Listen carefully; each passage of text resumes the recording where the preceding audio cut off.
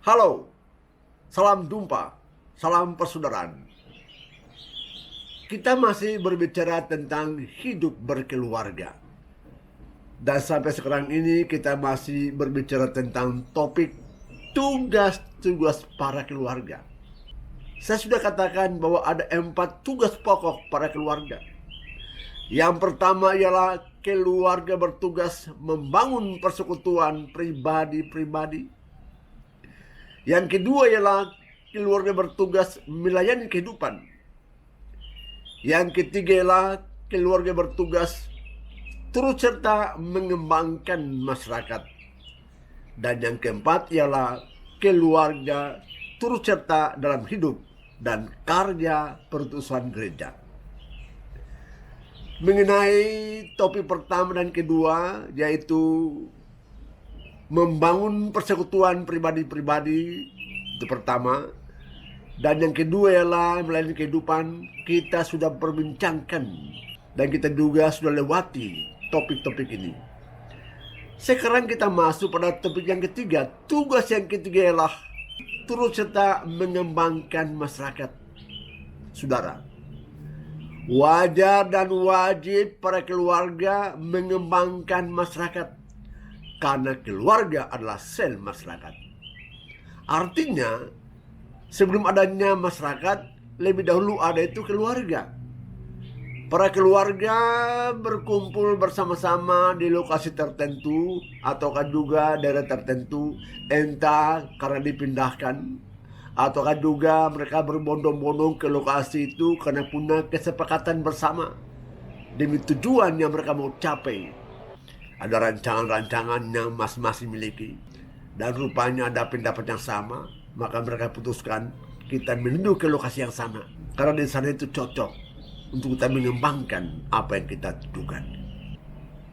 Saudara sekalian, kalau sudah berkumpul di lokasi tertentu, maka pikiran pertama juga ialah mesti ada pemimpin yang bisa memimpin kita sebagai satu kelompok, satu masyarakat.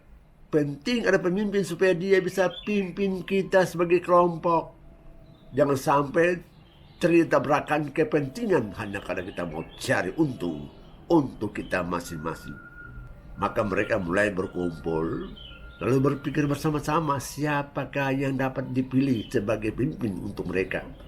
Tentu ada beberapa nama, tetapi akhirnya hanya satu yang terpilih, dan dialah berdasarkan suara terbanyak, dialah yang akan pimpin kelompok itu. Tentu saja pemimpin tidak jalan sendirian, makanya dia akan punya staf nanti. Entah pemimpin bisa pikirkan atau menentukan sendiri siapa-siapa yang akan mendampingi dia, atau juga masyarakat menentukan siapa-siapa yang terwakili, yang duduk bersama-sama dengan pemimpin. Tugas pemimpin ialah memimpin masyarakat itu, mengatur masyarakat itu, mengkoordinir kegiatan-kegiatan, tetapi juga melayani kebutuhan-kebutuhan masyarakat. Pemimpin tidak boleh diktator, pemimpin tidak boleh main kuasa. Pemimpin dipilih untuk memimpin, mengkoordinir, mengatur, mempersatukan kelompok, tetapi juga melayani kebutuhan anggota masyarakat itu. Dan karena itu mestinya juga banyak komunikasi antara pemimpin dengan anggota-anggota masyarakat. Mestinya ada pendekatan-pendekatan yang bagus, ada bersama-sama masyarakat, supaya masyarakat juga merasakan disentuh oleh pemimpinnya. Masyarakat merasakan bahwa ada kedekatan antara pemimpin dengan para anggotanya. Masyarakat suka bahwa pemimpin ada bersama mereka di setiap saat. Pemimpin mesti dekat dengan anggota masyarakat, bahkan juga mengenal anggota-anggota masyarakat, mengenal suka duka yang dialami oleh para anggota itu. Kewajiban keluarga ialah mendengarkan arahan dari pemimpinmu, tetapi juga menjalankan apa yang diperintahkan kepadamu. Supaya para warga tahu apa yang bisa mereka perbuat, maka penting sekali ada rumusan-rumusan aturan yang ditetapkan bersama untuk kepentingan masyarakat itu. Janganlah munculkan berbagai macam tafsiran pada rumusan-rumusan itu. Nanti akibatnya kacau di masyarakat itu karena pemimpin yang menimbulkan masalah baru. rumusan tidak jelas. Rumusan-rumusan itu bisa menyangkut saja lingkungan hidup, bisa menyangkut bagaimana hidup bersama sebagai satu masyarakat, bisa menyangkut keamanan, bisa menyangkut pertanian dan ekonomi, bisa menyangkut kebudayaan, bisa menyangkut pendidikan dan lain sebagainya yang berguna untuk masyarakat itu.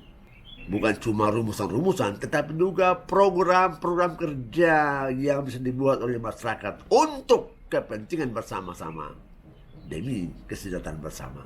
Kewajiban masyarakat ialah menaati aturan-aturan itu, tetapi juga melaksanakannya. Karena tanpa pelaksanaan juga akan kosong belaka dan tidak ada pengembangan apapun juga. Karena keluarga tidak mau terlibat dalam setiap aturan dan program kerja yang ditetapkan oleh pemerintah untuk para keluarga, untuk masyarakat itu. Kewajiban keluarga ialah mendengarkan apa yang mesti kita perbuat di bidang pendidikan, di bidang keamanan, di bidang pertanian, ekonomi, kemudian sebagainya. Ada macam-macam hal yang mesti diperhatikan baik-baik. Dan para keluarga hendaklah betul-betul mendengarkan, jangan cuma protes, jangan cuma berbicara di belakang layar, tanpa keterbukaan dengan pemerintah. Itu semua mengganggu pencapaian tujuan bersama, yaitu masyarakat yang adil dan makmur. Banyak orang seringkali hanya ngomong, berbicara, suka kritik, tetapi tidak mampu kasih jalan keluar yang berguna untuk sama-sama jalankan demi kepentingan bersama-sama sebagai satu masyarakat luas.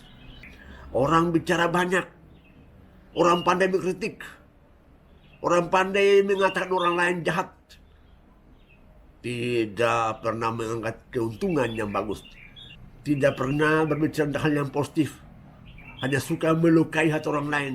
Itu tidak bagus, saudara sekalian. Karena Anda anggota masyarakat, makanya mestinya mendengarkan dulu dan kemudian melaksanakan apa yang diperintahkan kepadamu.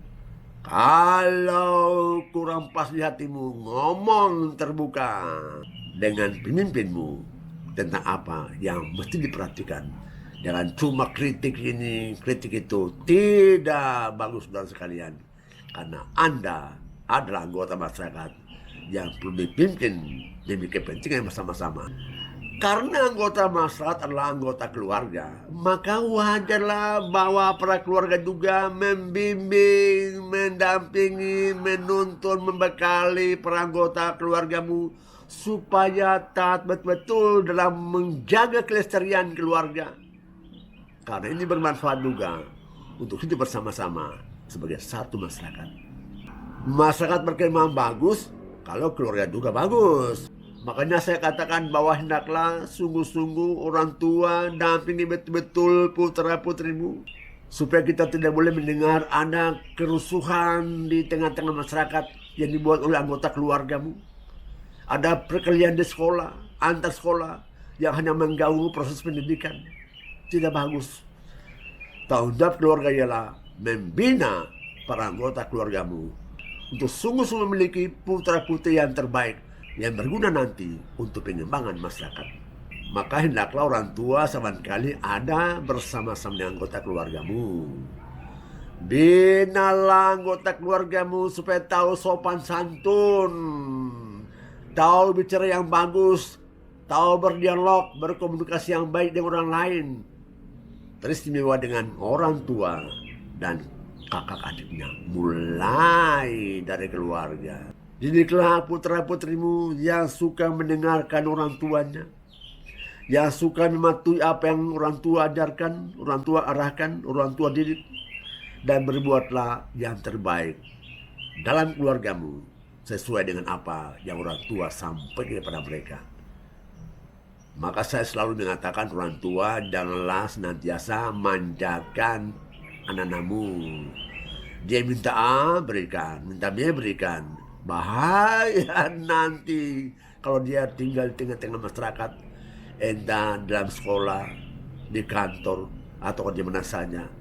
Anak semacam ini akan mengganggu keamanan karena dia mau menuntut diperhatikan tanpa mau terlibat dalam karya-karya orang lain. Didiklah putra-putrimu yang sungguh-sungguh mandiri, yang sungguh-sungguh punya kreativitas tinggi. Berbuat apa yang penting untuk keluargamu. Anak dididik untuk tahu berkenan terbaik untuk kepentingan keluarga. Karena dari keluarganya akan muncullah pikiran lain untuk kepentingan masyarakat luas. Bila dia berada di tengah-tengah masyarakat nanti. Anak yang bagus, yang tahu kerja, yang tahu berbicara, yang tahu mengemukakan ide-idenya secara sopan kepada orang tua, kepada kakaknya atau adiknya, yang tidak menimbulkan perselisihan batin, yang tidak mau menimbulkan luka batin kepada orang lain. Sebab kalau sampai anak yang suka melukai hati orang tuanya atau kedua hati dari kakaknya, adiknya, bahaya besar di tengah masyarakat nanti. Anak semacam begini juga akan menimbulkan luka batin bagi teman-temannya atau siapa saja di mana dia bergaul dengan mereka. Dan itu tidak baik.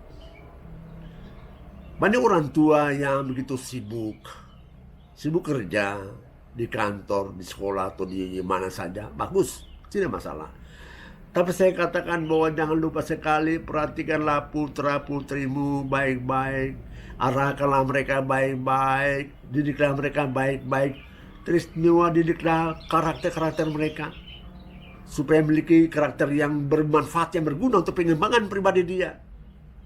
Tetapi juga kelak nanti berguna juga untuk orang-orang lain yang tinggal bersama-sama dengan dia nanti. Memang sekarang ini tuntutan pendidikan dalam keluarga itu penting.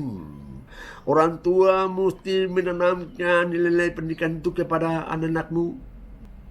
Hormatilah orang lain, hargailah orang lain. Kalau punya pikiran lain bukanlah memberontak, tetapi punya kemampuan menyampaikan secara sopan santun kepada orang lain, supaya orang yang mendengarkannya juga merasakan aman dan damai. Karena dia menyampaikan dengan sopan tanpa melukai hati orang lain. Dan itu yang kita dambakan. Itu yang kita butuhkan. Sampai jumpa.